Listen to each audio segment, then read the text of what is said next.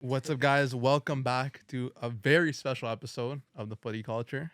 We had a special guest today, local lad. Doesn't get more local than this, to be honest. Literally. We're talking down the street, elementary school, high school to pro footy, man.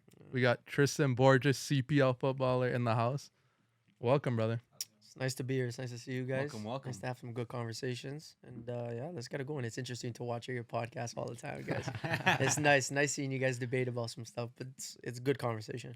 Yeah, well, obviously, we want to tap into your journey, kind of how you got here, all the ups and downs. But first off, how'd you get into footy? Tell us the backstory. Wow. Okay, so I mean, I've said this like a couple times in some interviews that I've done. It's crazy because people don't know this at all about me. My family, brothers, cousins, uncles, everyone is a big American football fan. So I grew up watching football. I still do to this day. I love it. But honestly, I mean, when I was 4 years old, my dad threw me in house league soccer, playing right over there at the park, and just playing around, playing house league, and obviously, I guess they saw that I was pretty decent at it. And you can, judging by my height, can't really be playing football, can't be playing basketball. So I kind of stuck with soccer. And then honestly, I will say back in the day when I would say club teams were a little bit more bigger than academies now, I was playing with a team called West Toronto. We made nationals. We were very good. And I think that was probably like 12 years old, 13, and started to realize that this could be a thing for my career and started to take it serious. But I mean, you guys know, like, when I used to go to Divine Mercy, when I used to go to, all I cared about was soccer, man. Even in high school. It was just, like, for me, life was just always soccer. And, that's kind of how I found my passion for it. Obviously watched it 24/7, Champions League, World Cups, Euros, EPL, everything, right? So it's just growing up, being in a sports family kind of drew me into playing sports, and soccer was the number one for me. You have a favorite team growing up? So that's already a funny story starting it off. Obviously, being Portuguese, my favorite player was Ronaldo. Yeah. But I do remember there was one particular moment. It was when Man U played Barcelona in the Champions League final. That was when I just became a Messi fan. Right choice. It's been Messi ever since. And then in the final, bro. Yeah, since then it's not really like club teams for me. I just kind of watch a little bit of everything, but for sure, player is almost someone that I always idolize. And honestly, the only other person that I've idolized in my life was obviously my father, and it's only Messi, and that's it. Nobody else I look at like, oh, I wish I was this person or whatever it is. For me, it's like everybody's just a normal human being, but that guy he's a god. So Fair. I know you mentioned obviously 12 playing West Toronto. Was there maybe a moment that you felt like I could make it pro? Like, was there a specific moment where you really kind of feeling like I'm at a high level right now, even at this age, I feel kind of better than everyone else? Yeah, I mean, I think it was probably my last year when I was at West Toronto. Maybe I was 14 years old, and it was kind of the whole transition of when I went from West Toronto to Toronto FC, the academy, and then it was kind of, I will say, a little bit forced just because I never really wanted to go to Toronto FC. I loved kind of playing for West Toronto, playing with my friends and things like that, but in order for me to go to like the youth national team, they were kind of forcing my hand, saying, in order for you to be called, you gotta be on a pro team and all of that. So kind of made that jump there. But I think knowing that I was at least wanted on a pro team and a pro academy, and being able to get called for the U17 national team, World Cup qualifiers, all of that, I think those years were kind of my transitioning year where it was like, okay, I know I love soccer, but this is something where, I can kind of make a job and a living for it. And then I think when I scored my goal, it was against Mexico. I don't even remember how old I was, 16, or it was my right foot goal, which a lot of people don't even. A lot of people are surprised by that. I think that was like a moment where like, okay, this could go well. You think that's the moment that put you on the map? Yeah. People ask this, and that's for sure when I got interest from the team that I ended up going to, which was Heerenveen in Holland. That's when I eventually got an agent, and all of those steps started to move forward. So yeah, I would say once I kind of started with the academy of TFC, and the U17 was starting up, and I think that was when I started to realize, yeah, for sure. 100%. But before that, tell us, what's that process like of getting called to the national team? Because obviously it's unique. Like, I feel like being a youth national team player, you kind of feel like you're the man, like, because I'm even speaking, like, let's say from the outside looking in, obviously you're a year older than me, but like, I even remember seeing you, like, you're getting called up to play for Canada. It's like, wow, like a kid from Maple playing for the national team. Like, what does that look like? And how are you feeling at the time? Yeah, honestly, it was a surreal moment, especially I think at that time, the first time I got called to like an ID camp, we'll say it was. I think I was 15 years old, and at that time, even the year before I went to Holland, I was going on trials to Portugal and things like that. So it was big for me to kind of take that step and being able to represent my country. I think for sure the first camp that I went to, I forgot where I went, but it was very nerve wracking for me. Is a lot of people don't know that, like, I mean, you guys know I'm very kind of like to myself. When I was younger, I had offers to go play in Portugal before I even went to Holland, and I remember when I Specific came. teams? So when I went to Portugal, I went on trial to three teams: Benfica, Setúbal, and I forgot the third team. It was in first division as well. And Benfica was just they offered me just to kind of live on residence, but nothing crazy. Setúbal was the one where I was a lot more interested in. I think I don't know what they're doing now, but I know at that time they were like mid-table, closer to the lower table. But yeah, they offered me, they wanted me to go, and I remember just coming back home, and I told my dad like, no, I can't. Like it was tough for me to leave, right? Yeah. So being able to get that call with the youth national team, me not knowing anybody on that team other than the guys that I played with at TFC, which was about like, I mean, at that time it was only Toronto FC, Vancouver, and Montreal guys. It was obviously you have confidence going in and you're playing well and you're on an academy, a professional academy. You for sure have confidence, but that was kind of my first step, kind of getting out of my comfort zone. And it's I know a lot of players have their own views on them getting called and everything. I was never that type of person to like, I got called, let me go tell my Yeah. friends. It was just me and my family were obviously happy about it and just enjoy it.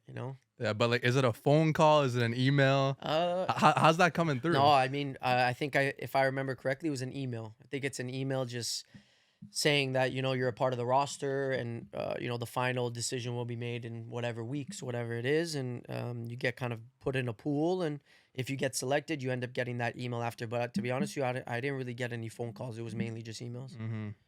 And what's the energy like at those camps? Because obviously, like you said, you don't know the other guys, but like you said, that goal against Mexico kind of shook the world in a sense. It put you on the map. Did you feel like you were the best player in your age group? Yeah, I think at that time is put a lot of confidence into me, into my mind of how I basically thought my career could go, right? Like obviously you look at it now, it's a mix between players that don't play anymore, and it's a mix between players that have made pro level even higher than me. So it's in that moment you don't really know exactly how your career is gonna go, but obviously you play a country like Mexico, and I'm able to score a goal like that. I think it kind of changes your mindset of like, okay, if I continue at this, big things could be coming, right? So Mhm. it for sure put my confidence at an all-time high. But the way I approach just my life just in general, and it's always been like that since I was a young kid, is just I just kind of go day by day. I try not to always think, okay, I'm better than this guy, this and that. No, when I step on the field, I have all the confidence in the world, no matter who I'm playing against.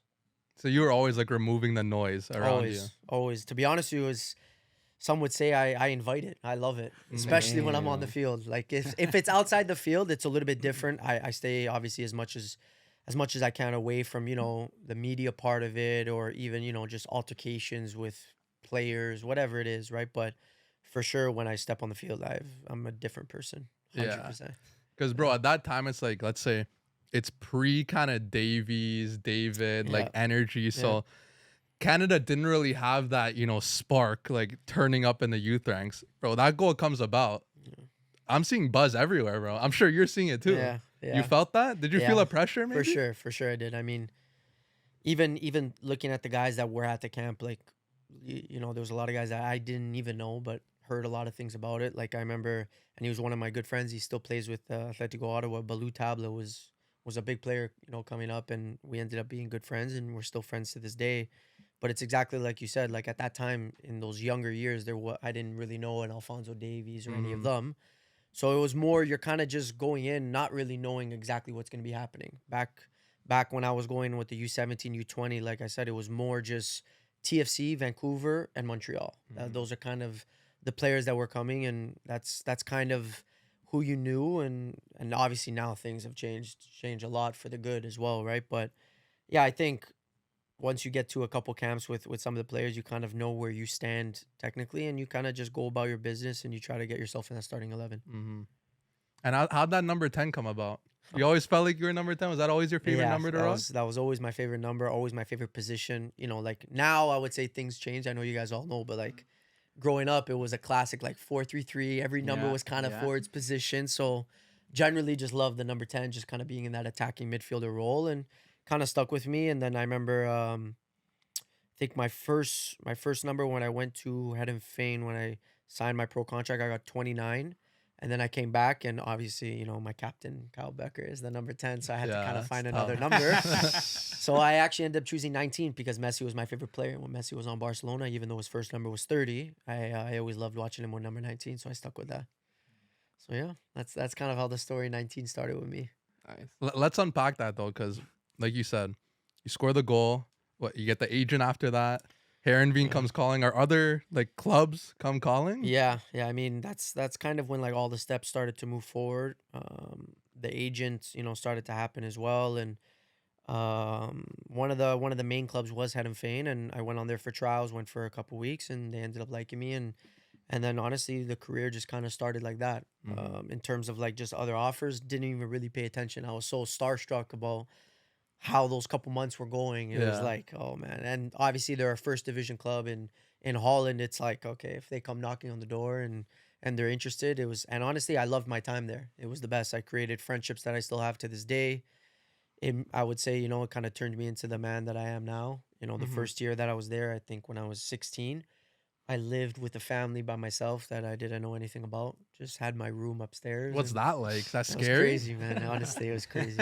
It was crazy. I mean, my personality, I would say, kind of suits it. I never really caused problems for them. I've heard lots of stories about kids that went on trials there that cause absolute chaos with staying out too late. Staying out too late, always arguing with the parents about the food and this and that, having friends. And I was done training. I come home, I go up in my room. They came. It's dinner time. I go downstairs. That was a routine for me the whole time. And then the second and third year, and a little bit over the third year, having the friendships that I had, I ended up moving in with two of my teammates into like our own apartment. And then from there, we just had to learn how to live, basically, laundry, food, all that stuff. But honestly, he was one of them, especially. His name was Dennis. He's actually, I don't know if he plays in Serie B or Serie A. I forgot which team he was at. He's made a good career.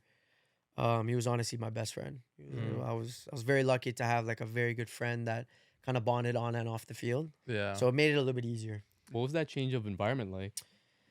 It was tough. To be honest with you, I think it was more tough for my parents than it was for me. Yeah. They were, especially my dad. My dad was very close into my life growing up with soccer. He was a little bit more of like that tough love, but it's kind of like what I needed. But yeah, it was for sure more tough for him. But it took, I would say, like, I'm not gonna lie, some people are gonna be here and just say it and just lie and say, oh no, I adjusted well. It's tough, man. It's tough going at 15, 16 years old to go live in another country and live with a random family that I've never known. They just say, okay, there's a family that's gonna take you in, this and that, and that's it. Then they have a kid that's 2 years younger than me, so I gotta, kind of be friends with them and all that. But meanwhile, I'm missing my friends, I'm missing my family. So it was tough, but for sure, it's like once you get on the field, it kind of takes your mind away from all that, and you start to enjoy life again. And I think that's kind of how I found my joy. I feel like that also makes you more mature, right? Like you don't have those, not saying that your family's a distraction, but it is a distraction at some point, right? Yeah. And at some point, it helps you focus on what you're there for, sure. the real reason you're there. And some people it destroys. Some people, they really get depressed and they come back. They end their career like that. We've heard stories of that happening before. Yeah. Or sometimes when you do have family there, you get distracted. So it's very much character building. Yeah. I know lots of players. I know lots of different stories that have gone different ways. Just like what you said. Some players have gone by themselves overseas and they struggled with it, end up coming home, and it's the same thing the other way around. Some players gone when they were really young. Family member went. There's been a lot of different scenarios that I've seen, but like everybody kind of goes through their own path on how to become a pro. I've obviously gone through a lot of things that I've even spoken about more than what people know, and I've gone through a lot of ups and downs, everything that you can kind of imagine. But I find that there's kind of like two ways to approach it. It's either you approach it the bitter way and kind of hate everybody that along the way, and hate a coach for not playing you and all that, or you just kind of look at it in the way where you just learn from it. So it has been a long path for me. Obviously, do I wish maybe I could go or I could have done certain things different? Yeah, but you got to learn from all of it, right? I mean, it's tough. Like, I've gone through fights with coaches. I've gone through a lot of stuff. Not even being on the roster, not even training at the facility, not even a part of the reserves. I've gone through like everything, and that's what I'm saying. A lot of players will tell their stories, and say their side of it. But at the end of the day, you have to be okay with the effort and the energy that you put into yourself and not cheat yourself. At the end of the day, you can't control what a coach is going to do. Yeah. And I've learned it the hard way, and I'm still learning it to this day, so it's tough. But I mean, sometimes I hear stories of like how players kind of give their point of view, and everybody has their view of it. But you look at it and it's like you have a lot of people that are delusional in situations too. They should be playing when players are in front of you that are better or in form, and it's like, yeah, I've seen a lot of things already, and I try to use it as motivation and just learn from it. You think that was your biggest takeaway playing for Heerenveen? Yeah, it was tough. I mean, especially when it was the decision to make, the decision I had to make whether I stay or whether I come back and play with Forge. At that time, I was 19, turning 20, and the decision had to be made whether I wanted to play with the first team there, and I thought I had the capability of doing it. That last year that I was there, I was training with them almost kind of like full time, and just seeing the quality there. Like, even at that time, there was times I was playing left back. Like a lot of people, like, I never really tell these stories to lots of people. I was playing left back going against Martin Odegaard. What do you want me to do? Play left back at that time. I think I was 19. It was when I was on the second team, and we always trained with the first team. Your third season. Yeah, my third year there. And at that time, Martin Odegaard was still with Heerenveen, and even him is another story. Like, look at who he is now. At that time, I remember at that time, this coach will never hear anyways, but because I don't even know if he's coaching. Let him know, bro. I don't even know if he's coaching, but I remember because, I used to speak with Martin, and, we were kind of like friends. We would do a lot of extra training together and all that. But yeah, they just told him straight to his face, you're not a 10. Yeah, we're not going to play you as a 10. We're going to play you right wing, and that's it. But he didn't even like him. And then, look, I remember he played that 1 year there. He didn't like him. Martin obviously didn't like the other guy, but if there's one thing I learned about him was his mentality. His mentality was top. Like, nobody could break his mind. The coach would just keep bashing him in training. Didn't care. He kept playing his game, kept playing with full confidence. And then the following year, he went to go play for Vitesse in the same league, killed it, went back to Real Madrid, did well, and now look at his career, right? So I've seen it, I've honestly seen it all. And then at that last year, I thought I was doing well enough, and personally, I think I was. They kind of just said, okay, we think you need 1 or 2 more years with the second team. And at that time, I knew Forge was kind of starting up, and made that decision to come back, right? So, you make decisions in your career. Obviously, I guess I ended up doing well. I played well that first year, got the Belgium situation. But, yeah, who knows what would happen if I stayed another 2 years there, right? But, like I said, it's all a part of the process, right? For sure. You hear a lot of stories about, like, ifs and buts. And there's always, in football, we always hear the good stuff. The trophies, the medals. And there's always like, oh, the kid who came from, let's say, Brazil, the slums of this part, and is playing the first league football. What about the kid who, like, sacrificed his whole youth, no parties, nothing, did everything right, and let's say that one injury, or like that one that one coach? Because dude, we hear stories about that one coach. Yeah. Like, we hear even another guy that came from the pod, who came by from New York, Dennis Lanovich, who's saying, like, from Atletico Madrid to this team, and now the coach is literally not playing any international players. Yeah.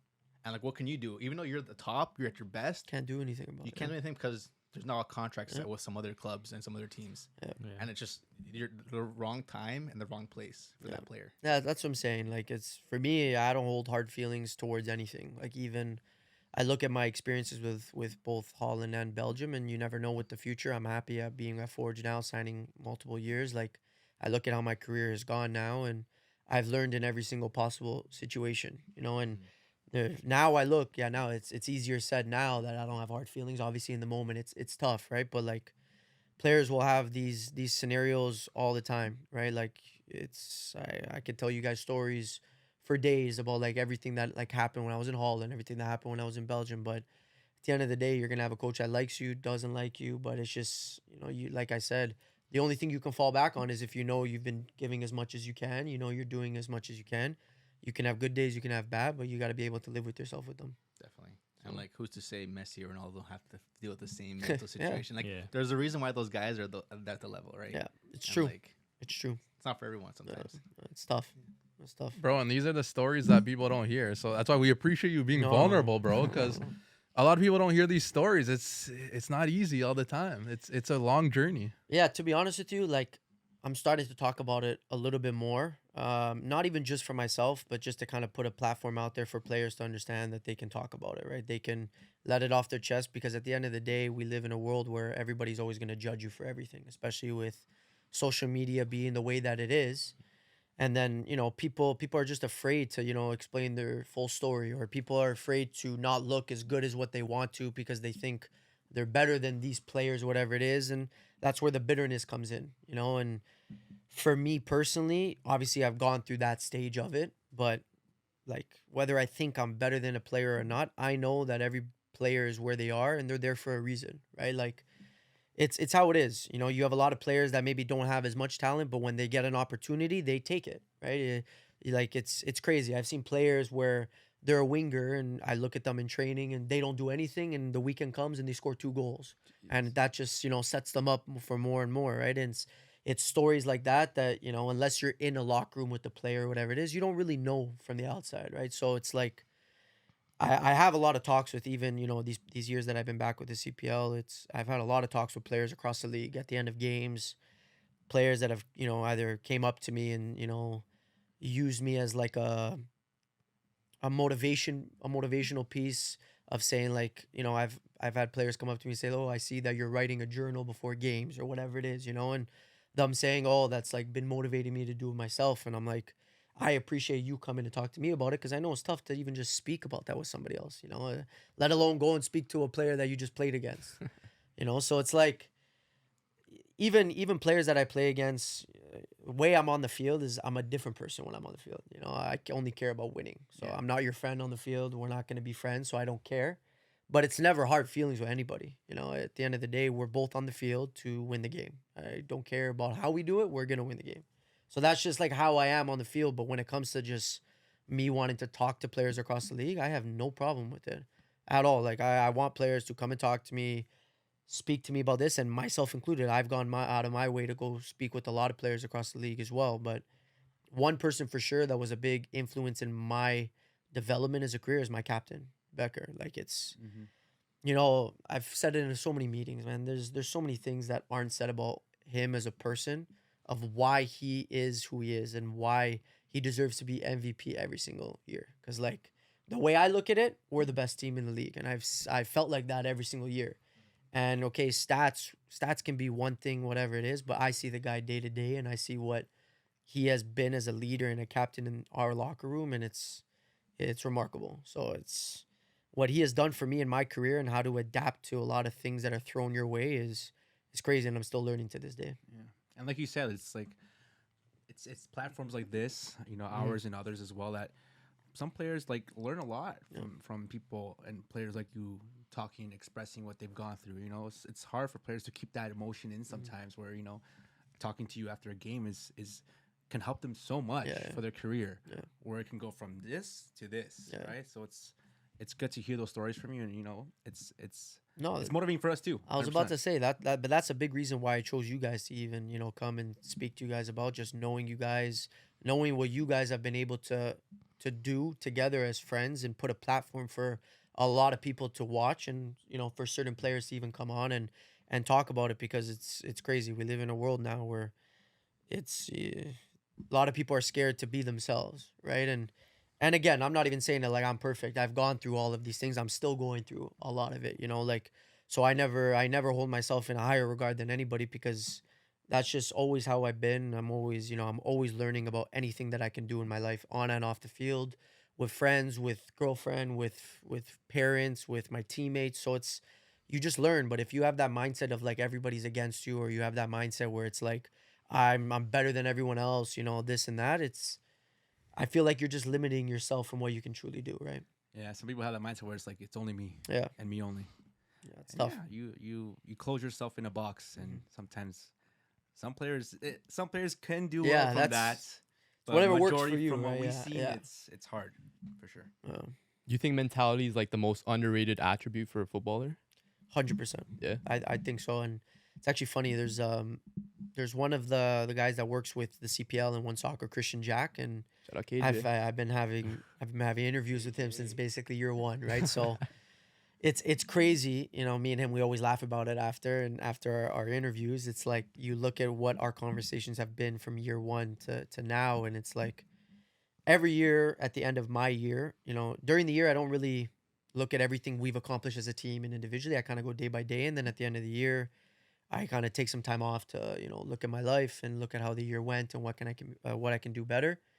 But I've had conversations with him, and we've really talked about how my mentality has changed. Not physically, because I'm trying to learn a lot more things about myself physically and get better and obviously take care of the body, which is another big part of it. But it's the mental part. And, you know, another thing that, you know, it's crazy because I'm gonna say it. Not many people even know it about me. Is like 2 years ago I started to go therapy. You know, just to kind of speak about how my career's going and, you know, all of that, and it helped me a lot because it's, you know, you go through a lot of ups and downs. You go through certain things in your life, and it's tough to be 100% engaged in your job while, you know, you're dealing with a lot of things within the job and outside life and all of that. And yeah, I mean, I've seen a lot of people around me that have taken that route, and, you know, a lot of guys, especially even older than me, that have a big influence in my life. I've seen approaches that they have taken in their life and how much it's benefited them. And I've, again, kind of like going back on what I said, I try to kind of take a piece from every little thing that I can learn on. And honestly, it helped me a lot. People that have followed a little bit of my career know that not last year, the year before was probably the toughest year of my career. Just obviously statistically, that's just one thing, but dealing with a lot of injuries, dealing with a lot of mental lapses of, you know, going through a lot of ups and downs. And I was fighting a lot of things, playing through injury and fighting with myself of not performing as good as I wanted to and having the pressure of having to perform well.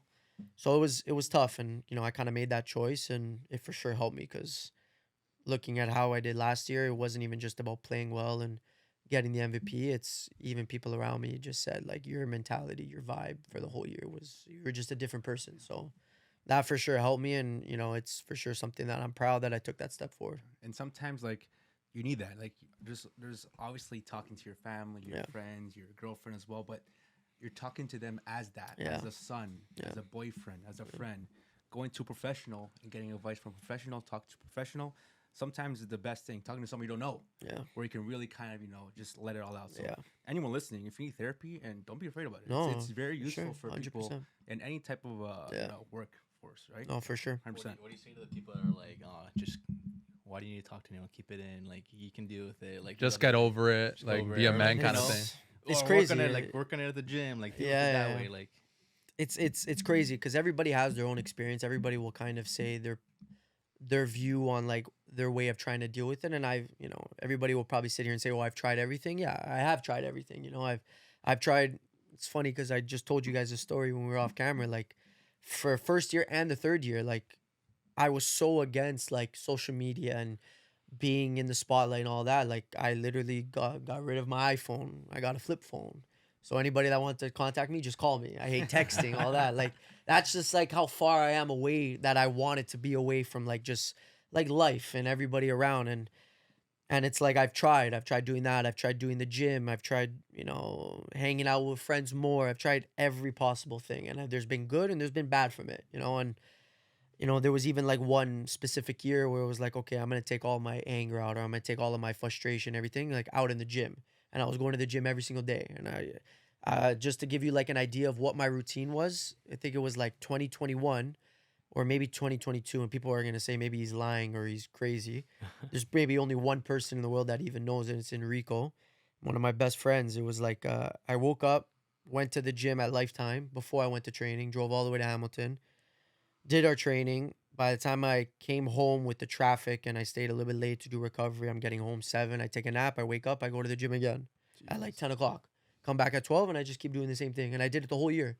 Now, granted, I had a great year that year. We did well. We won. But the way my body felt at the end of the year, I was destroyed. Like and maybe a part of that is what I've been dealing with now, right? Like that year, you can feel it in your last month, 2 months. Your body's just done, right? But obviously when you're in playoffs, you just say, just screw it. I'm just gonna push through it and this and that. But like physically, your body can't take it on that day-to-day basis of training 100%.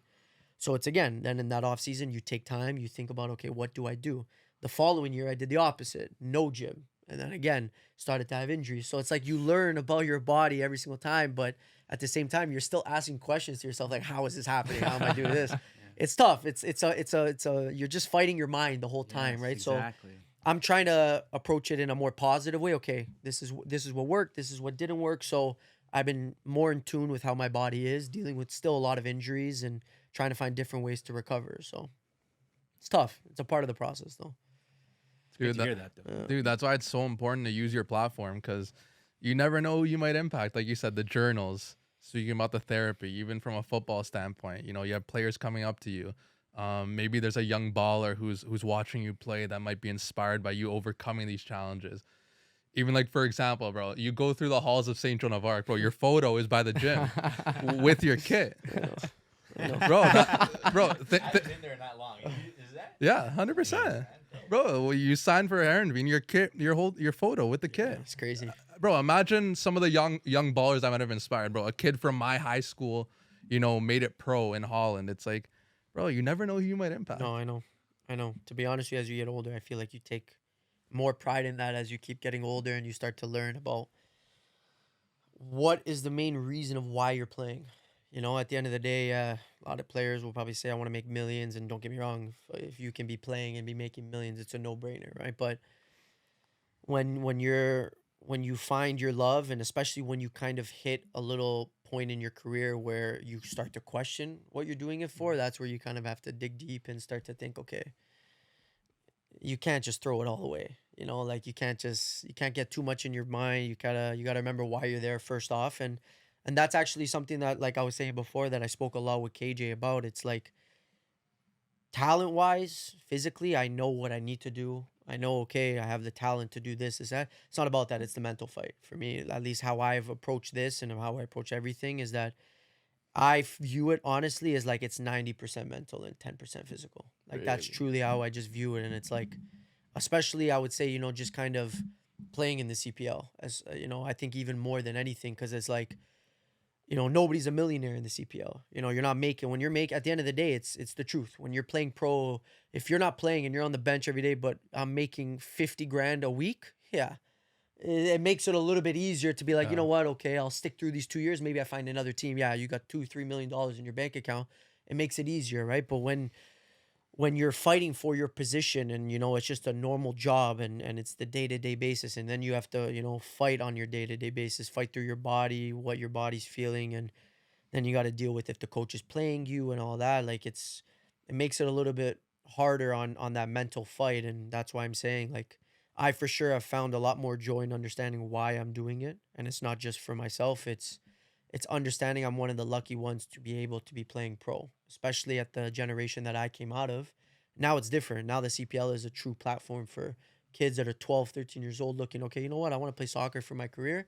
What's the way I can go? No, at that time when I was going, it's just you got either school where you go on a full scholarship to the States, realistically, not even at home, or you go overseas. Or if you're lucky, you get MLS teams, right? So it's tough, and I hated school. So scholarship was not going to be. So NCAA was never a thought for you? I had offers. I had opportunities to go. When I was with West Toronto, my two coaches both played at Maryland, so they had connections. We went obviously to Dallas Cup, all of those tournaments, you know, that everybody talks about, and we went on visits to Maryland. I forgot honestly the schools that I even went to, but I do remember that one of them that sent me an email that wanted to inquire if it was something I wanted to was Maryland. And at that time, I'm like, no shot. It's just like anybody that knows me when I was in school, my life was literally just soccer. Mm-hmm. Even when it was elementary school, I only went to school to play soccer at recess. Facts. And it's fact. Like, that's just how my life was, you know. Yeah.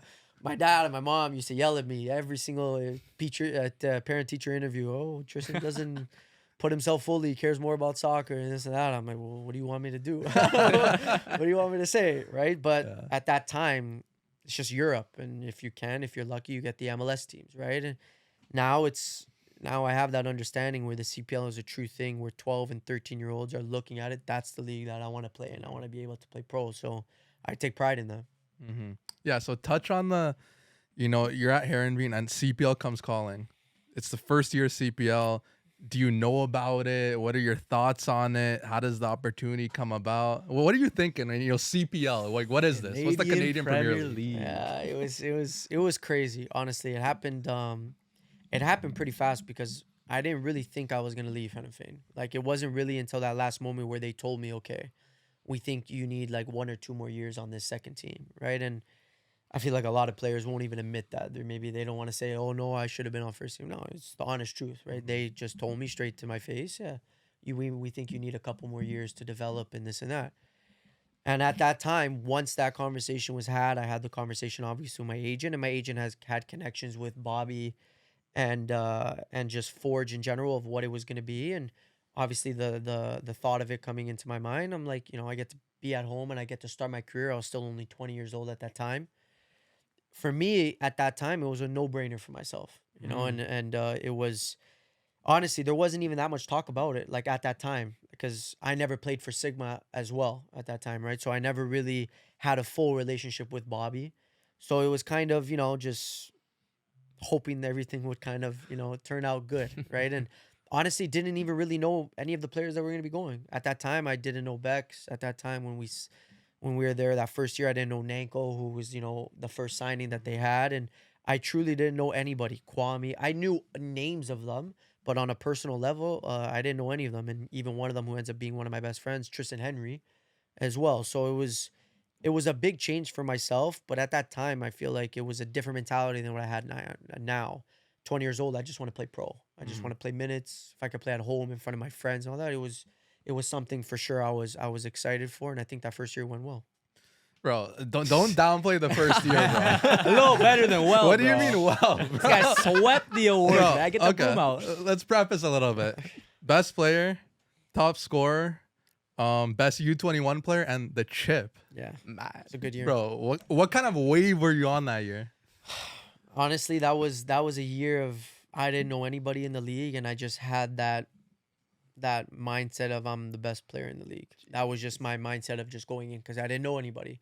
Obviously, I have like maybe some friends across the league there and there, but that's just how I was just taught, brought up from my father. It was just like, in whatever you do, you give 100%, and you have to play with confidence. If you don't, you will get bullied off the field. It's just how it is. Especially, yeah, I feel like a lot of guys, a lot of players don't know what that's like to go into a locker room where nobody cares about you. They really don't care about you. You got to go and prove yourself. And even when you do well, they still won't even look at you, right? Damn. So it's like I had that mindset already being at Heerenveen, going into Forge. Obviously, not being a mean guy to my teammates. I love my teammates. But it was always like, I want to overtake this year. And once it started to go off and I look at the players that I had on my team, I'm like, okay, we for sure can do something special. And it obviously ended up being a great year. But for me, it was just, I was enjoying day to day, man. I was enjoying my life with my friends and playing well. But anybody that knows me, my life was still soccer. Doesn't matter what it was. It was just always soccer. And I'm always looking at like ways to get better. And as I get older, more and more ways to recover, because the body gets fatigued. Was that year the happiest you've been playing footy? Ooh. Honestly, last year was. Last year? But before last year, yeah, for sure that year. I've had like moments good here and there, but like in a full year of just playing free, for sure it was last year. And 2019 was more of a year where I was just, I'm not gonna say immature, but I didn't know what to expect. So I was just kind of playing just to play, Once I score goals, assists, okay, I'm playing well. This is what I can continue to do. But last year it was a different mentality. It's more of that mentality. Okay, I know where I could be in this league. I know what I can do, and you got to get back to just being free and just kind of being, I know I can't swear, but kind of being just an asshole on the field, because that's kind of how I find I'm the best. When I'm kind of have that chip on my shoulder when I'm on the field, and I find that I have all the confidence in the world. So it's Bro, you can swear if you want. I don't know, honestly. But did you feel like you had something to prove that year? Last year or first year? The first year. You know, kid coming from Holland, first year of the league, you know, marquee player of the team.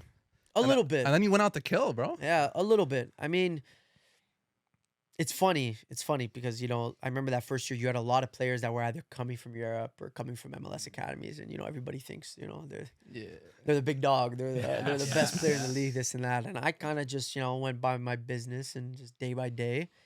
Now I'm saying it like it was just me. No, I mean, a lot of, maybe people start tired of hearing me say it, but a lot of the credit goes to a lot of like the relationship I had with my teammates, how well we played. And I learned a lot from a guy like Becker, and I learned a lot from like, even I think it was maybe 2022 when a guy like Ashton Morgan joined our team, and having him as a leader, it's crazy what speaking to those guys does to your mindset. You know, guys that have been through what you've been through times 10, even at a better level or whatever it is. Right? It's crazy, and I took that in an approach where it's like I gotta learn everything I can.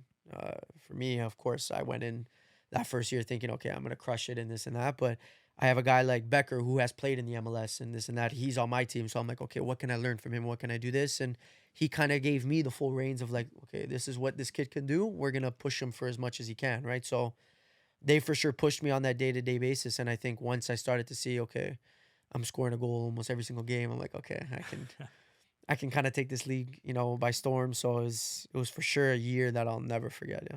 Yeah, and dude, coming off that year, January 2020, dude, a lot of things are going on in your life, bro. A lot of things. Senior national team call up. It's crazy, dude. How does that happen? No, I'm still, for me, that's still the biggest goal in my career right now. I want to be able to step on the field with those guys, knowing the quality that they are and knowing the platform they're now putting for Canada and what they're doing at a world stage. I feel like people that don't generally understand what soccer is about don't understand what I just said about the world stage. Mm-hmm. Like, you go to these other countries, they literally live and breathe soccer, right? And it's like, that is a true lifestyle there.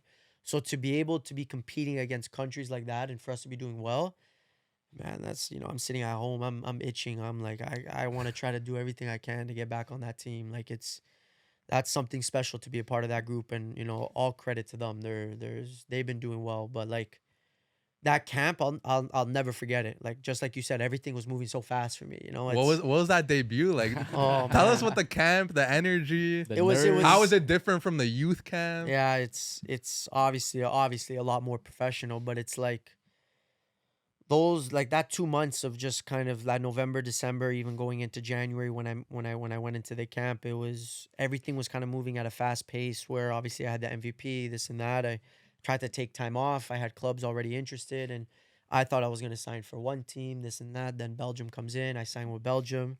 As I'm signing with Belgium, national team sends an email to my agent, to me, and that whole process starts. Oh my God. What a whirlwind, so bro. Much in there. Just moving fast. It was honestly crazy, and just being around the guys, being around the coaching staff, and just being in that environment kind of took my mindset to a different level, you know, because obviously being at Forge, that was technically my first year being a pro, and I didn't really know anything different than being at Forge on a first team, right? Because when I was in Heerenveen, it was just kind of second team vibes with the guys and everything, but not having that first team mentality and being with the guys on road trips or whatever it is. It was just training with them. So going on that camp, seeing what it's like to be around guys that have been a pro for 10 years, 15 years, have made millions and have had successful career.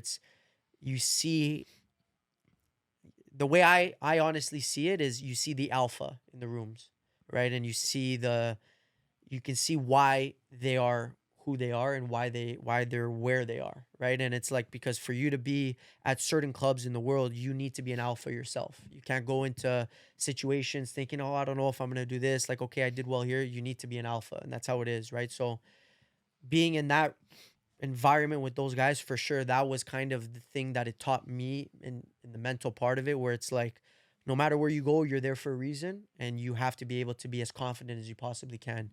And honestly, they were amazing. Like I said, Ashton Morgan, you know, to this day, he's for sure one of my best friends. He kind of took me under his wing when I went, and he was a great motivator, great guy to me when I went being there my first time. It was very nerve-wracking, but truthfully, when I'm on the field, I don't really feel nerves. I don't really have that, oh, I'm here, I'm this and that. It's when I'm on the field, it's different. Outside of the field is when I'm a little bit more like some jitters. You got guys, Richie, Osorio, Ashton, like you got guys like this that are around. Obviously, the success that they have had, it's a little bit different when you're outside of the field because, everybody's just a regular guy. But when you're on the field, like I said, you have to have that mentality that you're there for a reason. You have to have that confidence. 100%. So who are those alphas? Who had that aura? For sure, a guy like Osorio, Ashton Morgan is that guy's a guy right there.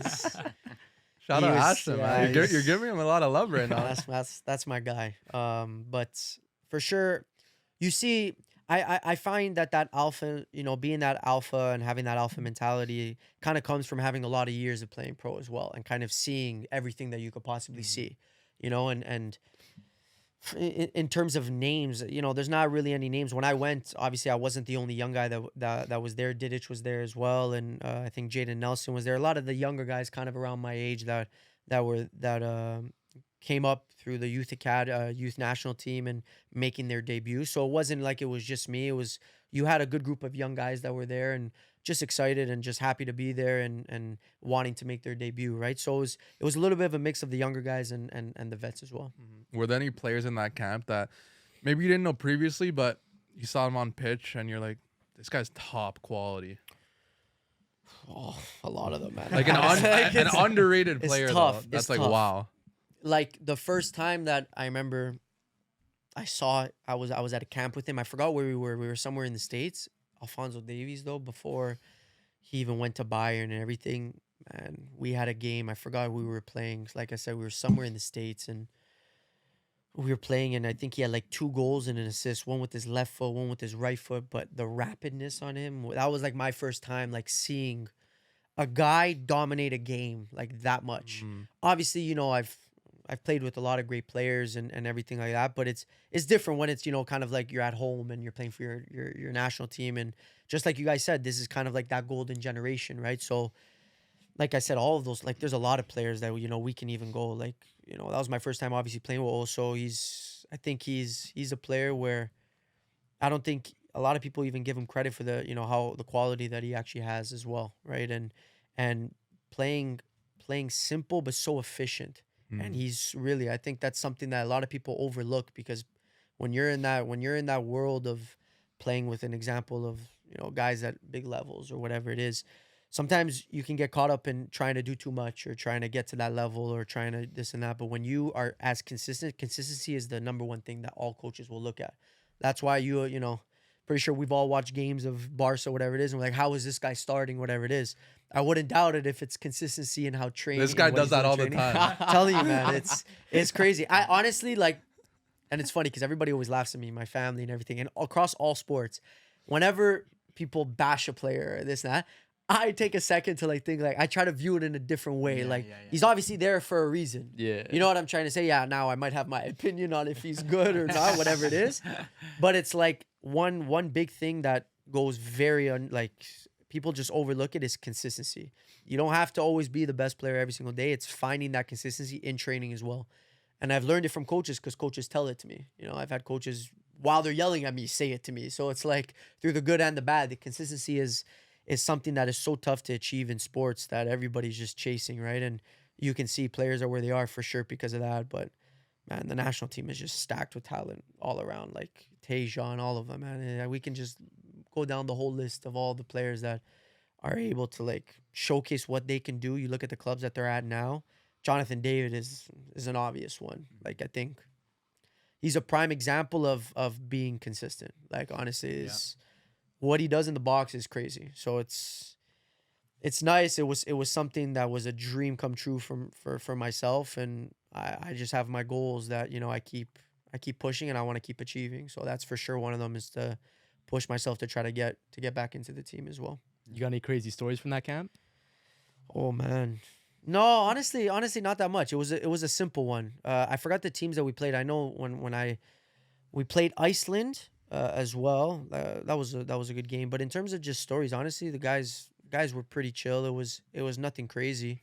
I don't even remember how long we were there. But literally I went from home there and then directly there to Belgium. I was already late to go into preseason with them, so I was a little bit nervous going into that one For too. sure. Okay, speak on that though, because you get to Belgium, Leuven. What's the difference between Holland and Belgium, if you had to narrow it down? It's tough. They're pretty similar. Maybe your experiences, like yeah, the difference. In terms of playing styles, at least both of the teams that I played against, especially when I was at Leuven, we were a very direct team. It's with Leuven, it was crazy. Our game plan was hilarious. So at that time, we had which is for sure one of the best players I've ever played with. Probably, I know it's Odegaard, but just Odegaard at that time when I was playing, he was still young. But in his prime, I was playing with this guy on our team. He was our number 10, Xavier Messier. Honestly, his talent with both feet is ridiculous. And my whole point about all this was our game plan literally was we sat back in our block, and when we win the ball, look for him directly, and he will make an assist to our striker. The connection he had with our striker was unbelievable. Him and our striker, his name was Thomas Henry, who actually, he ended up getting sold to a team in Serie A. I think he was at Palermo. He's actually been on big teams in Serie A. He was a very good striker, big guy. But the connection he had them two was unbelievable. But our game plan was, and he didn't even have to defend that much. I'm not even exaggerating when I say it, guys. Like literally, the coach would literally say, just defend a little bit, you know. But his main role, and this is no joke, his main role was that when we're defending in our block, roam around, but your job is to be in an open space. So when we win the ball, you need to be open. That's it. That's your main objective. So when you're open, we find you, and then you create, which he was phenomenal at. Like seriously, I think the year that I was there, he had like 15 assists, 20 assists. It was ridiculous. He was like in the moment for sure the best player I've played with. Like, I've seen that guy do things in trainings, man. Chip goalies from, like, the top of the box in friendly games. Like, as a joke. Like, just, it's crazy. But that style was very direct, you know? Like, and then Holland was a little bit different, but kind of the same because we had two different coaches. We tried to play a little bit more of keeping the ball, but obviously when you play a team like Ajax, you play a team like Feyenoord, what are you going to keep the ball, right? Yeah. So it's a little bit tough, but for sure, very physical. That I will say. For sure, very physical. Then, like an example, I remember for our preseason, when we went to preseason, we've played like teams from like Spain, teams from Germany. You can see the difference when you play a team from certain countries.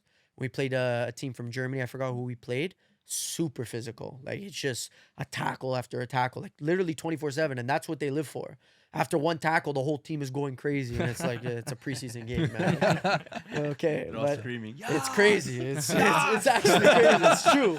They're just yelling. They just get up and celebrating. It's like, it's a preseason game. You just almost broke one of our players' legs. Like, but then, you know, you play a team from from Spain, and it's just technical, tactical, this and that, right? So it's different, but I will say, like, just kind of going into that world, like how physical they were it was a different world that I had to kind of adjust to, because, you know, I'm not the biggest guy. I don't really want to get into duels, even though I still do, but I kind of prefer to kind of just obviously be in possession, play on the ball. So I had to kind of adjust to that. That was for sure. Mm-hmm. What would you say your best position is? 10 midfield, attacking midfield, for sure. So in any kind of setup, you'd ideally obviously want to be the 10. Yeah, I mean, we've been. I don't want to give too much away of like our tactics. Tactics leak, you know? But for sure in the middle part of the field, you know, like I've had to deal with like a lot of injuries that kind of tapered down a little bit of like my long distance speed. Mm-hmm. So being a winger kind of, you know, changed a little bit over the years, but just in terms of just pure joy and what I feel most comfortable, for sure in the midfield, and preferably on the right side, just being left-footed, right? Yeah. But it's very easy when you play with the midfield that I have, right? It's once you get that connection, it's just kind of me finding the pockets, finding the right spots that I need to be in, but for sure in the midfield. Mm-hmm. Yeah, I mean, you speak on that midfield. You guys have created a dynasty. Yeah. At Forge, what, 3 rings? 4? 4. 4 championships. Now you got me. Yeah, 4. 3. I have 3. And You they, have 3. And they won You have 3. They won that bubble year of COVID in where they PEI or something like that. That's right. Yeah. Yeah. So look, 3 rings for yourself, 2 MVPs. Do you think you're the GOAT of CPL? I don't know, man. You got an Olympico in there too, bro. 2. 2 Olympics, bro. Come on. I'm downplaying it now. I'm downplaying it. It's tough. It's tough. I mean, the league is still going. I mean, it's like I told you guys, and you guys for sure even know that about me. I kind of I take it day by day. I tend to now I'm starting to really appreciate what I'm doing and enjoy it a lot more still more in the off season. Like, I'll never change my day to day. I just go day by day. Whether if I score 3 goals or if I play a horrible game, I'm the worst player on the field. I just go day by day. I have a great support system. I have my girlfriend. I have my best friends that have been with me since elementary school, since I was 6. Guys that obviously I've played with, and obviously having my family, my older brother, my younger. It's the best support system that I can even ask for, and it's just not getting too high and not getting too low. And obviously the good years, I take time to, look back at it and enjoy it and appreciate it, celebrate it with my family. And next year is a new year. You guys know this already. I've said it. I just care about winning. That's really all I care about. And I like to be the last one standing. That's just how it is. Everybody always has a lot of things to say during the year and trash talk, all of it, which I'm all here for it. But for me, I just care about being the last one standing. I feel like that's the best way to always get back at. You just show it on the pitch. Man. Get back at people. That's it. So it's tough when you lose that for sure. I mean, last year was tough to lose that final, but I think truthfully, I think the one that we lost against Pacific was a hard one to kind of accept, just because that year that we broke a lot of records. We broke a lot of things, even for our club, just being able to play. I remember that time we were in the CONCACAF League, and we obviously went very far. We honestly accomplished so much, and we went through so much things as a team. Like, we were playing, I remember we counted at the end of the year. I think we ended up playing 42 games that year. I think we played 10 more than the next team in the CPL. Jeez. It was crazy. A lot of people, maybe they know, maybe they don't, maybe they count it as an excuse. I honestly don't care, because it's the truth.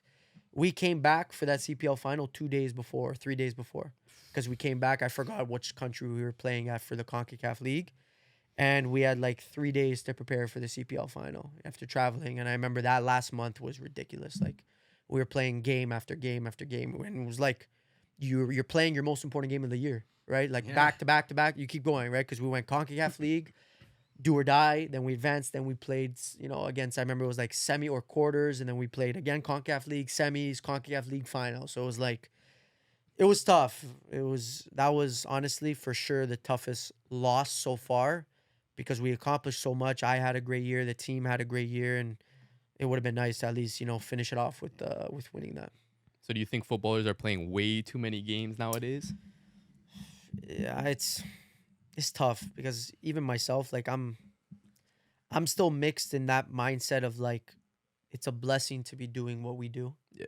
So it's how can you be making millions and millions? And again, like I said, that's why I'm caught in between, because I haven't experienced it like that at that level. But to be able to have that concentration of playing that many important games is tough. Honestly, it's very, very tough. And for your body to even uphold that is because it's not about the thing I feel like a lot of people don't understand is that it's not about just physically playing the game. It's the whole point of it is you need to try to play as much as you can at 100%. Because if you're not, you're obviously not going to play as well. And if you don't play as well, you don't start. If you don't start, you're on the bench. So it's like a domino effect, right? So it's not about just playing every game. It's you're doing your best to try to be 100% every game. That's, for me, is the toughest part. And for those guys to be going Champions League, and example, the Prem, right? You look at, you're fighting top 5, you're fighting top 3, you're playing an important game, then Champions League, and then you got to do Euro, or you got to do World Cup. It's yeah, man,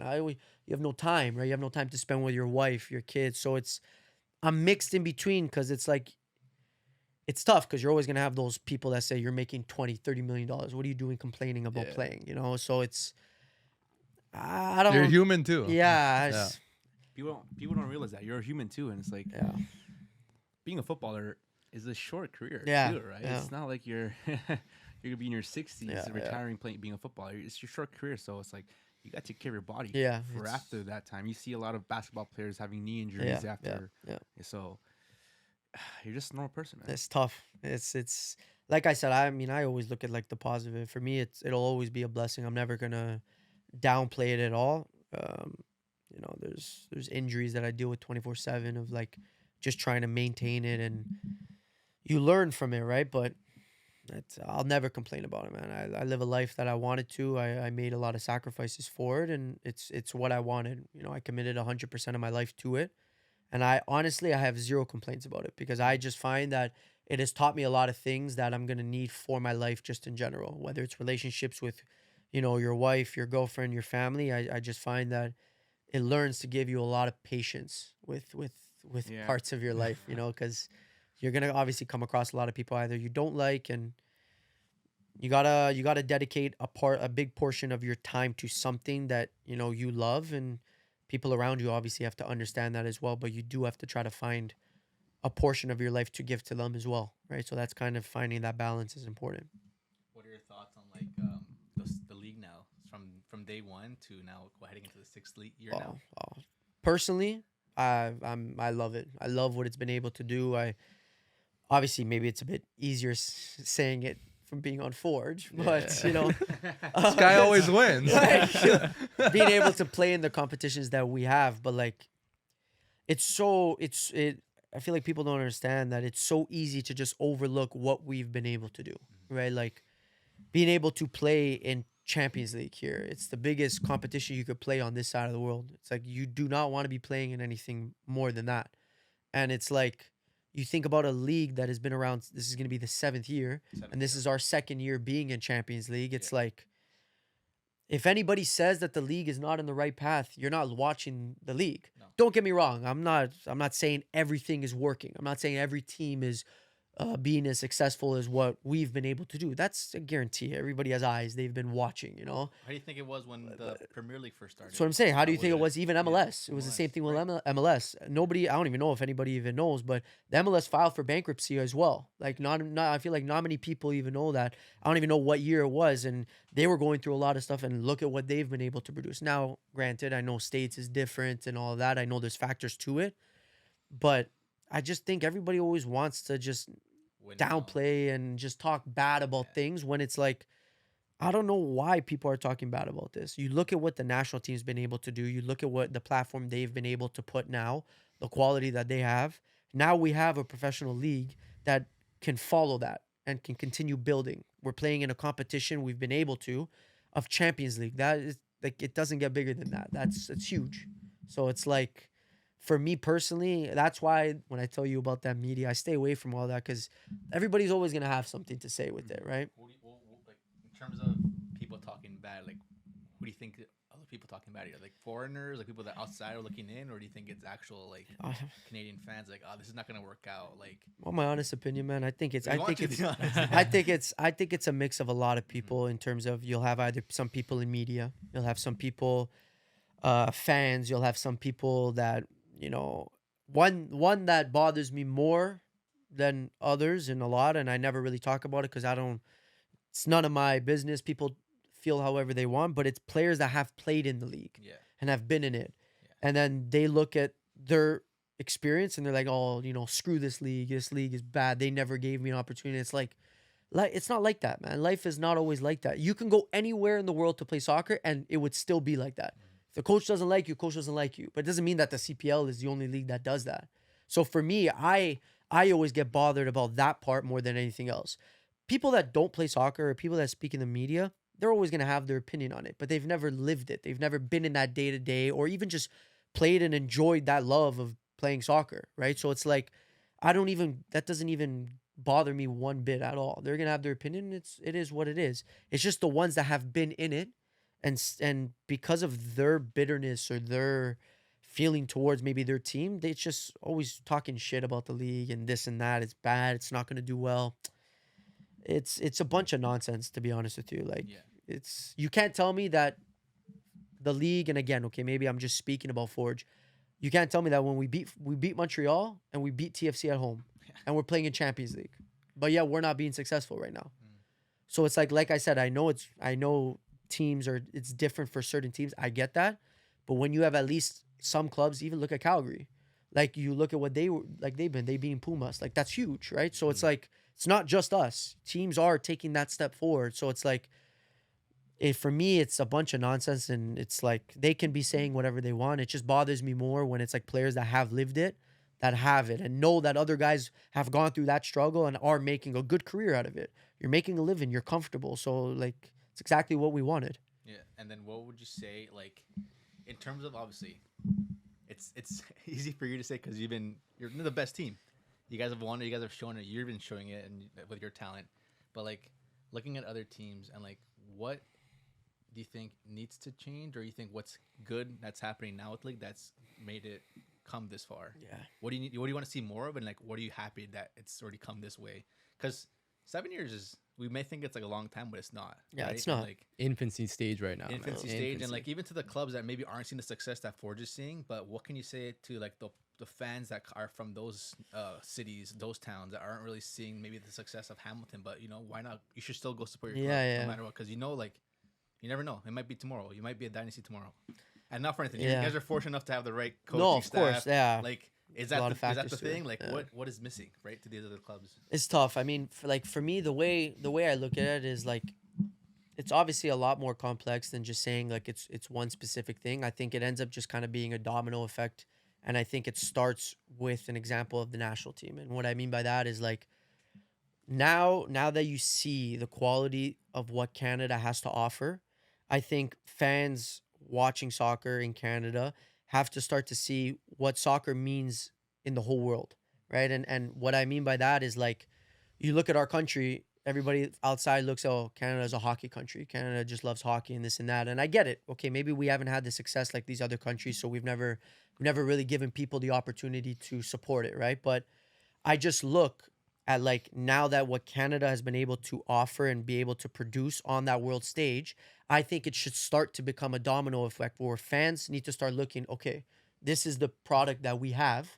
And you look at what soccer means just in the sport world and how big it is. If Canada can now start to have a big platform in that world, I think the fan base needs to start following that. And you look at now what Forge is, I think obviously certain things come with that. Like if a team is winning more, obviously you get more fans. If a team is in bigger competitions, you get more fans, right? And I think you look across our league, you have teams that have been able to play MLS teams, and you look at the showings that they've been able to have with thousands and thousands of fans, Halifax being another one, right? They have a great fan base.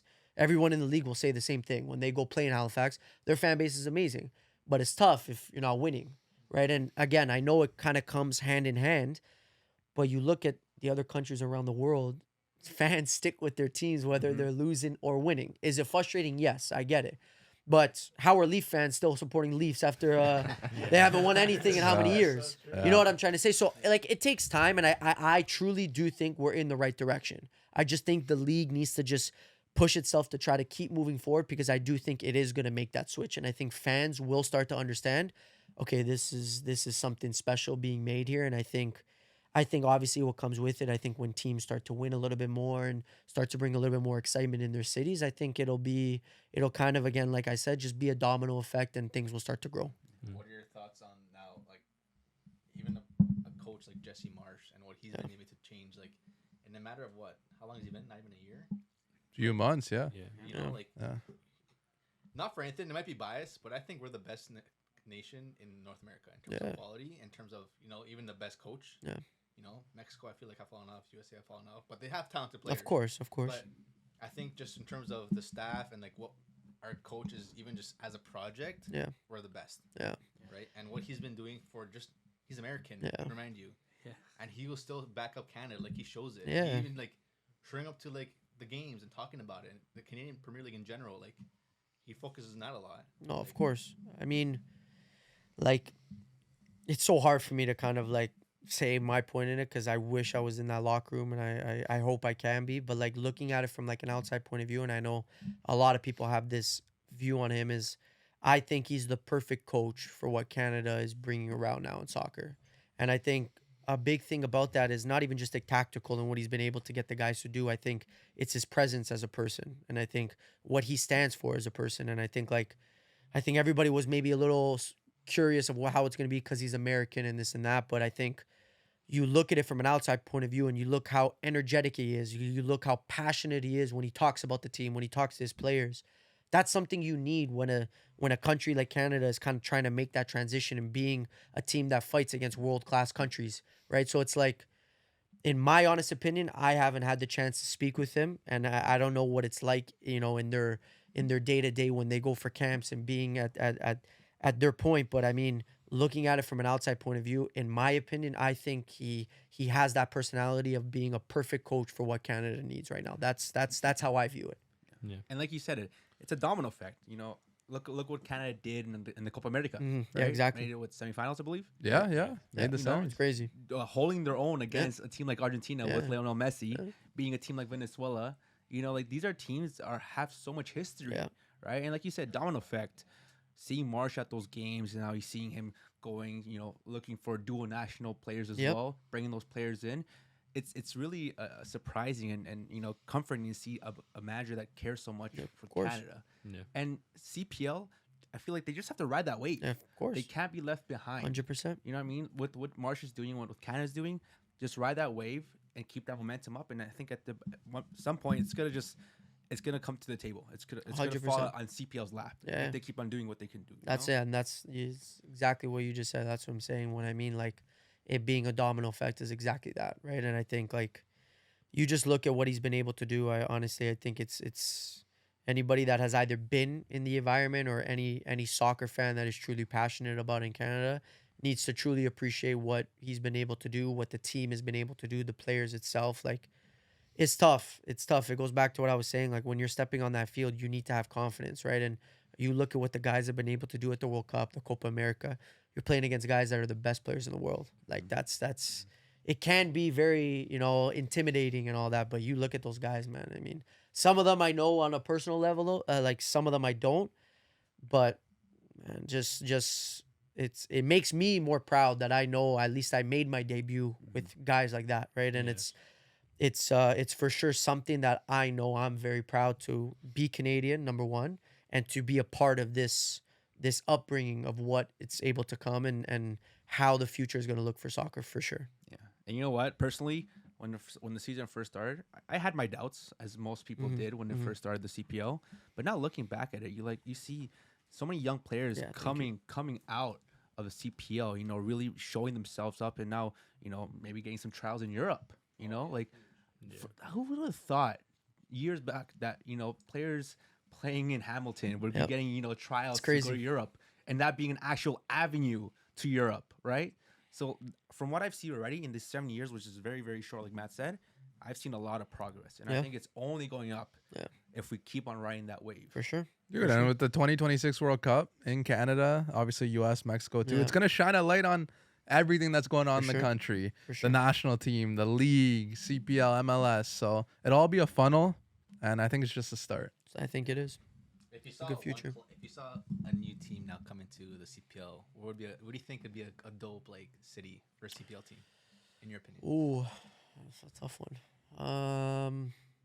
I know a lot of people were either talking in Quebec or anything like that. I mean, I feel like I've never been, so I don't know if it's a good city or not or whatever it is. What city do you think is gonna have a good fan base? First of fan base. No fans. But that's what you need, man. You need actually, a good fan base. Hamilton. Okay, first thing about it, Hamilton. People are like, why would there be a soccer team in Hamilton? But man, those guys they show up. They ride and die for the team, man. It's very true. It's very true. I mean, just kind of going based on that, I know it's not a direct relation with how good the CPL is gonna do, but I watch a little bit of the CFL, and I see Saskatchewan, and I see their fan base for football. I know there's no footy there yet. Windsor, I heard, was going to be another option as well. For me, it's just I just want more teams in the league. You know what I'm saying? There's a lot of talk with certain spots, whatever. Even Quebec being another one and all of that. I mean, it's personally, I thought York was eventually going to move. You know where I wanted York to go? Where North Maple Regional Park. Yeah. A beautiful area for a stadium. They should have built a stadium. NMRP United. That'd be crazy. Imagine. Bro. I mean, it's crazy. Hey, who knows, man? I feel like Vaughan has a lot of people that love footy, and don't get me wrong, it's like, you have a lot of the guys that maybe are TFC fans or whatever it is, but if you kind of get that market of Vaughan or even a little bit more up north, you get those people from like Bradford that a lot of people now are moving up there for different reasons, obviously wanting to live there, but I think getting that market could kind of benefit what the team could produce, and I think at the end of the day, it always ends up kind of, once your team starts to win, it makes it a bit better, obviously, right? So it's tough, but I think for sure one place that I don't know if they get credit or not, but for sure I enjoy going to play is for sure Halifax. Halifax is a nice place to go play. The city and the fan base that they have and being there, they for sure have a nice atmosphere. Yeah. You know what? To be honest, the fact that we're even talking about this, yeah, about how there's, we're thinking about places that teams should be growing, yeah, is a good sign. It's progress. And it's progress. So, man, bring the CPL to Barrie. Why not? Why not? It's true. I agree with you. Huh? I agree with you. It's Unreal. True. Okay. I want to ask you a question here. Obviously, we talked about, some of the best players you played with. We're talking Odegaard, Davies. Who's the best player you've ever played against? I'm going to be honest with you. It'll probably be just the one I just played right now, Sergio Canales. Oh. That guy was... what was he doing on that pitch? He's very, he played, very simple, in the games that he played against us. But it's different, when you can see the difference of quality with certain players. Another one who I was actually really good on that team was, keep forgetting his name, number 8. He's the one, when we played here in Hamilton, he did the flick over the head before the first goal. Oh my God! Man, he played for Atletico Madrid, some years. Oh, Oliver Torres. Yes. He was a baller. He's nice too. too. He's a good player. To be honest with you, their whole team was obviously they got ballers. They were wearing turf shoes. Yeah, they were. He was one of them that was wearing turf shoes. No, come now, listen. We were watching, but as a player now, how was it playing on that pitch? Because dude, it was cold, slippery. You can tell those guys. Everyone was slipping. Did you slip a couple of times? Yeah, dude, it was like a ring. It was ridiculous, man. I mean, it's ice hockey. These guys. It was crazy. We've had cold games, like that game that I said against Pacific, the CPL final. That was cold too, but never have I played on the field when it was like that. It's crazy. Out of all the years, I've never played on the field like that. That was like, we couldn't even train on it. We only trained on it the day right before if we even call that a training, because you can't really do much. Yeah. It's just kind of try to get used to it. But for me, I know a lot of the guys on the team were slipping. I wasn't focusing on that. If I slip, I slip. It is what it is. Wasn't Becker in short sleeves too? Yeah, he's wild. He's wild. Bro. He wore short sleeves. No gloves? Yeah. I don't even know if he wore gloves. I know for sure it was short sleeve. That I know. That's Bro. crazy, bro. I saw a couple of guys, like when you're about to slip and you're kind of like making. Yeah, you're catch the ball. You can see it. It was so funny because we were watching highlights of it after. We did video on it after. And you're watching the highlights, and it's like you want to say that a player made a mistake, but then when you zoom in, the guy's trying to catch his footing. He's taking 500 steps to try to even stop. What are you gonna you can't do anything about it, right? So it's for sure the toughest game because it added for a big mental aspect to it, right? It was not only do you got to think about the quality you're about to play, you got to think if I slip, God forbid, anything can happen. It was an at-home game, but it was 2 at home. Yeah, it was 2 at home. It was It's 2 Canadian. I don't mind the cold, but don't make the field an ice rink, That was funny. That was a fun game at least, but So what's your opinion on playing in turf in general, though? my honest opinion, man, I don't like it. I hate it. I mean, big part of my injuries are from playing on turf 24/7, right? It's tough. It's not injuries are not just obviously the knock on wood, knock on my face, ACLs and all that. It's just your tendons as well. Your knees, your Achilles, everything.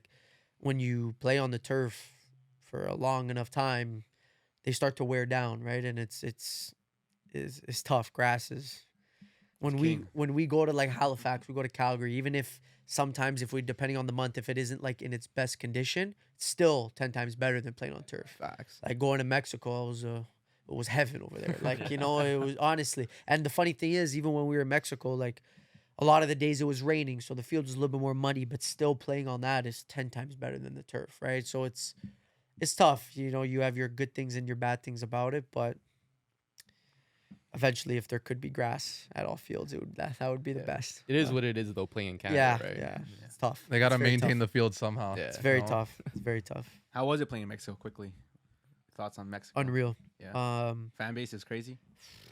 still, one thing I will say is, man, I've lost track of how many countries I've played in, Central America and all but like the Mexican, like the times I played the Mexican teams, very respectful fans though. Really? Like the stadiums, maybe part of it is the stadiums are outrageous. Because first one I think was Azteca when we played Cruz Azul, then we played Chivas last year, and we just played Monterrey. So the stadiums are unbelievable, but very respectful. I will say that. Like that's an environment you want to play in. Like that's even though they're fans 50,000 and they're going crazy. Like I've had an experience every single one. Like I remember when we were in Azteca, I think it hit like the 80th minute. I remember I just got subbed off. I was sitting on the bench, and they hit a point. Maybe they do it every game. I don't know. But they started to do a chant, and everybody put their flashlight on the phone, and they were waving it side by side. And you look around the stadium, and it's just like 50, 60,000 fans doing that. That's crazy. And it's like, yeah, man, we're losing 2-0. But like, The view looks nice. This is crazy, right? Beautiful. Did you get a good photo from that for IG? I told my physio to take a photo. And send it to me, But honestly, I will say that those countries, like every single time I go there, I have nothing but excitement to play there because I know the atmosphere is going to be amazing, and it's like every player's dream of playing in a stadium like that. If you look at some of the other countries I've been to, it's tough. I forgot one. I'll tell you guys a quick story. I forgot which country it was. I do know that we ended up winning the game. I know we either won 3-1 or 2-1. But the weather was so bad that it ended up affecting the lights in the stadium, so the lights turned off. And it was CONCACAF League. I will never forget this. Man. Wow. So the game got delayed, and we already started the game. So we ended up all going in the locker rooms. The lights were off. It was pouring, like ridiculously pouring. We were maybe sitting in our locker room for, I would say, 30 minutes, 45 minutes. Their fans did not leave those seats. First off, they had no cover. The stadium was just like a bowl.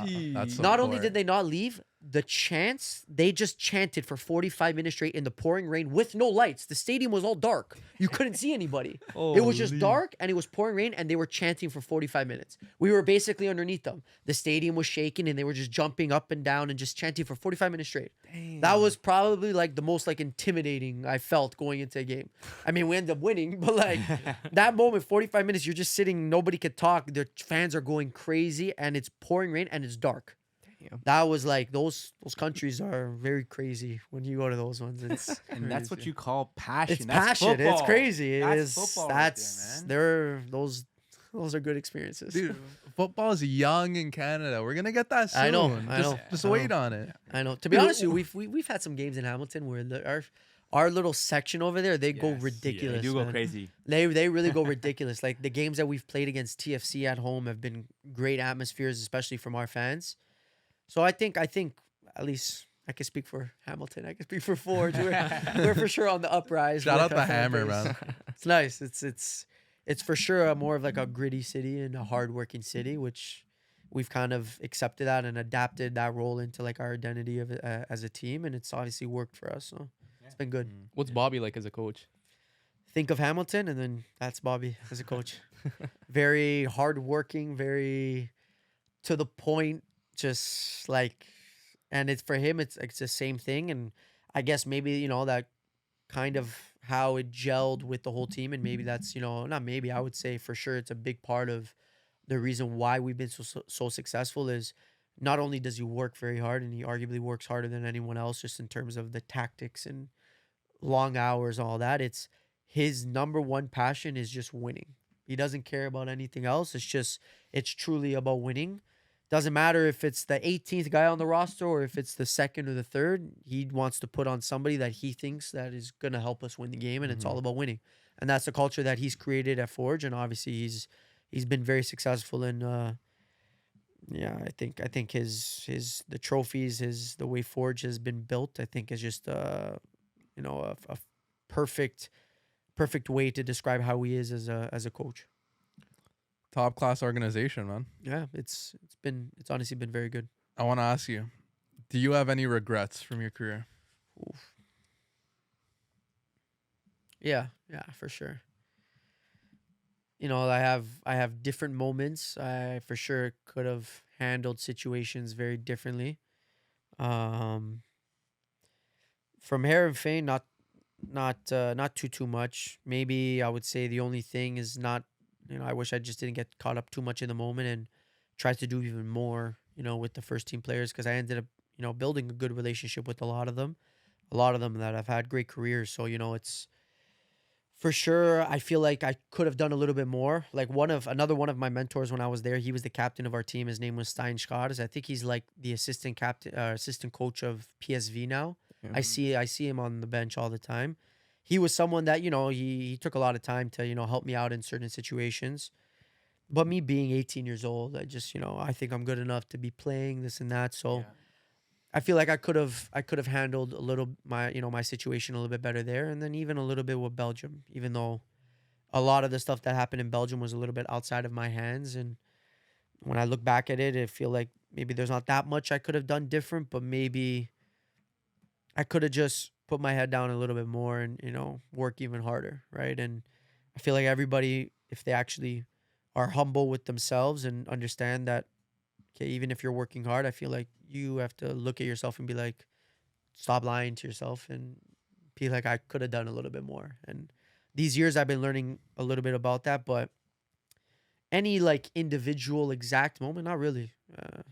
I mean, I've had a couple arguments here and there that maybe I shouldn't have. I could share another story as well. It was when I was in Belgium. It's kind of towards the end of it when I kind of had a little bit more of a crazy head of losing my mind a little bit more.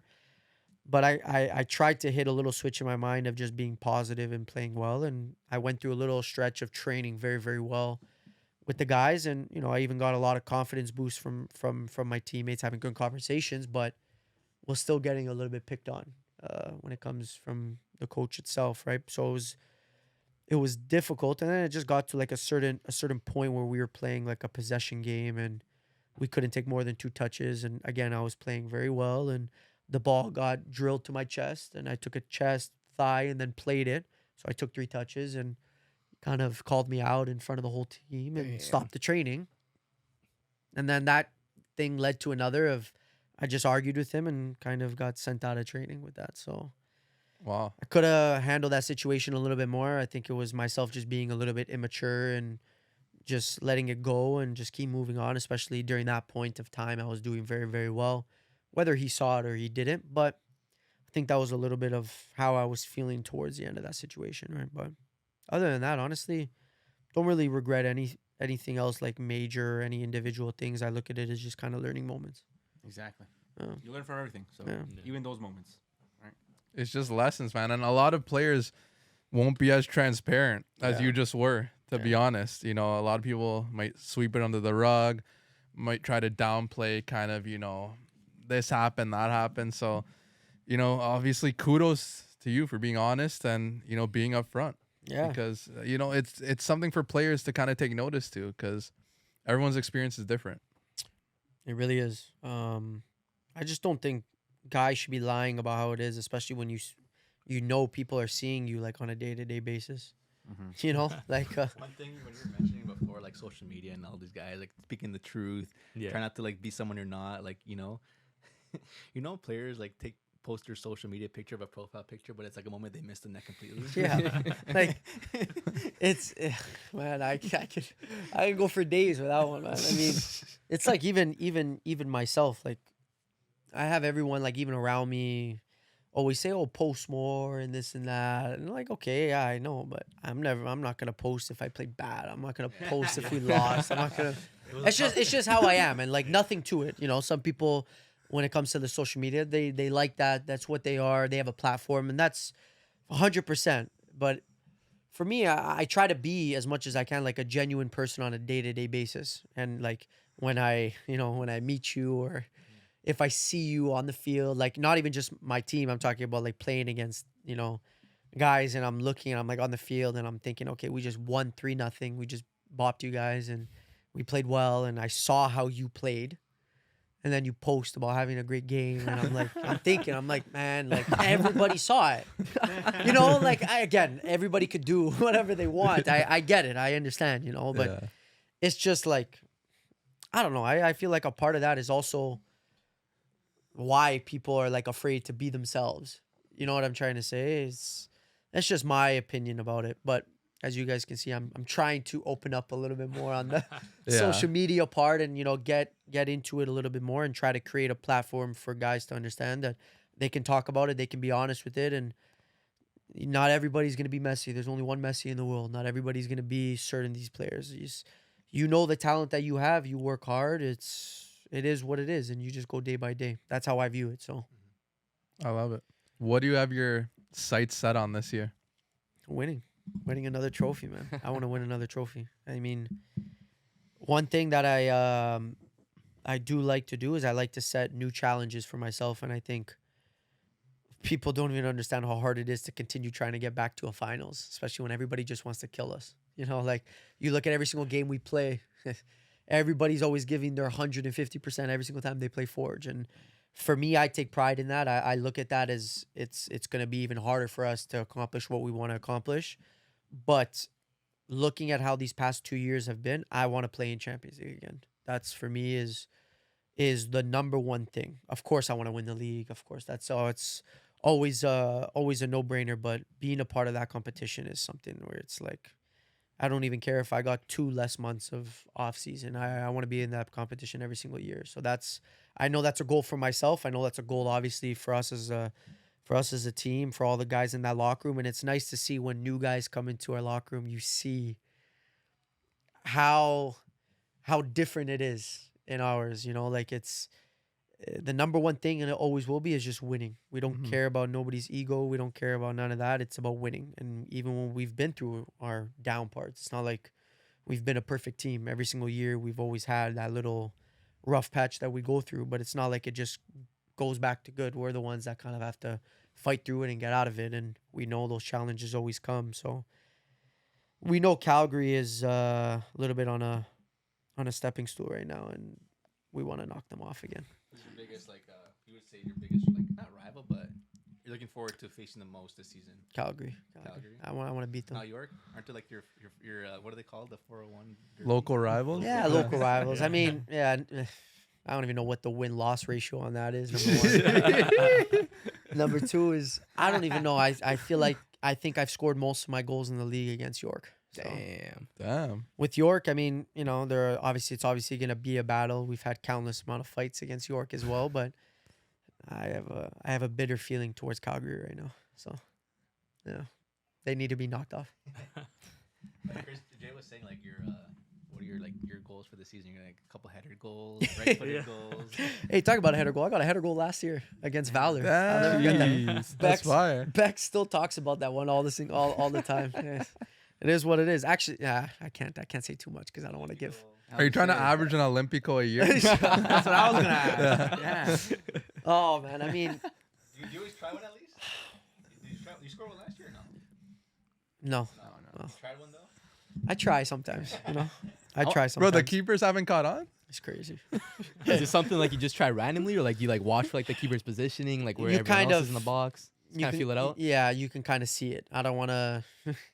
Want to give out your tactics? I don't want to say too much, but there's certain times you can see, because at the end of the day, your whole objective to put the ball on the goalie anyways, normally, unless you have Get a rebound or something. certain things, right? Your guys are supposed to be kind of going. You want to cause a lot of chaos there, but there's certain times you can kind of see when a lot of their focus is they're expecting the ball to go to the 6, so their center backs are stepped up a little bit, goalie is a little bit out and all that. But if you hit it correctly, you could try to make something special. So I want to go back to the finals, right? Yeah. The Olympico you scored in the finals. How was that? Scoring that, and for my personally, when I saw that game and I saw the commentator and he went crazy. The commentator, I'm not sure what his name was, but shout out to him. They were calling you Gorgeous Borges. Yeah, he did a great job, by the way. That commentator. Crazy call. It was amazing. Oh. What were your thoughts on that after scoring that, man? You were gassed for sure. You kind of hit the Bellingham there, right? Yeah, I did. I had a lot of emotions. That was the year that I was telling you guys. That was a tough year for myself. Battling with injuries, trying to battle back into the starting 11. The team was in great form that year. You had guys playing very well, so I had a lot of emotions going into that game, and being able, obviously, to score that goal and see how the game was going, especially them scoring first. It was crazy. That's crazy. Honestly, that was a surreal moment. It's hard to even like put the moment into words. It was just one of those where like I have to watch the video to like really see how I felt in that moment. You know, You're just in the flow state. It was just, it just happened, and I mean, the fans were amazing right there. It was honestly a moment that like for sure not only will I not forget it, you know, my whole life, but it'll be hard for sure for me to like top a moment like that. Would you say that was your favorite, best goal of all your career so far?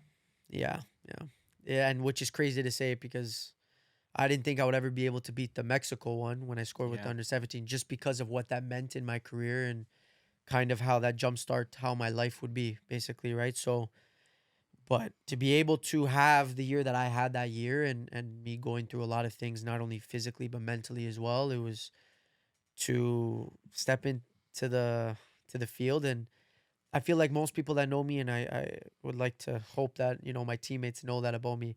No matter how I feel on a certain day, whatever it is, I always care about the team. The team will always be first before anything. No matter whether I want that or I don't, it'll just always be like that. It's just how I'm wired. And it was a frustrating year for myself, but at the end of the day, I just wanted us to win, right? And I wanted for that to happen and for that year to go the way that it was. I don't know if I'll be able to top a goal like that, but we'll see. Hopefully I do. Who knows what the future is going to be holding, but for sure probably the best moment in my career. Maybe you'll score one with your weak foot. Could be. It could be. That'd be crazy. Could be. Dude, I mean, a third MVP and a ring, like, dude, I'm saying GOAT status of the league. There's not much you could say after that. That's for everyone else to. That's for everyone. Okay, else I'll say it so you can't say it. But, okay, but dude, obviously I feel like we could talk forever. So many great stories, insights, so much value in this episode. Dude, we appreciate you coming out. Thank you guys. Dude, like we got to do this again. Anytime. I'm home for the next year. So whenever you guys want to do a podcast, whenever you guys want to get me on for anything that you guys do, because I know you guys do a lot of fun, interesting things too. You guys send me a message. I can walk here next time too. So. I know you already mentioned Messi, but like I know Messi is the GOAT for a lot of people. But do you have like a specific football GOAT, like not necessarily the best player of all time, but maybe someone that like you looked up to and like I really want to play like him, that's or a tough one. Something different, Or like most like influential for you, maybe your GOAT, someone that inspired you a lot. Like, were you trying to model your game after someone a little bit, or? To be honest with you, it was always Messi, but I did have players that like growing up, man, I would have, you know, like just looking at how they played, and like one of them for sure was Iniesta. Iniesta was another big player that I always looked at that was honestly unbelievable. The way that how smooth he was on the field. I think anybody that just actually knows soccer knows that guy for sure is one of the best players of all time. Like, it's so difficult to be that kind of player on the field. Messi is a Messi, Ronaldo is a Ronaldo. But to be able to be that smooth on the field and nothing phases you, and it's honestly, it was unbelievable to watch.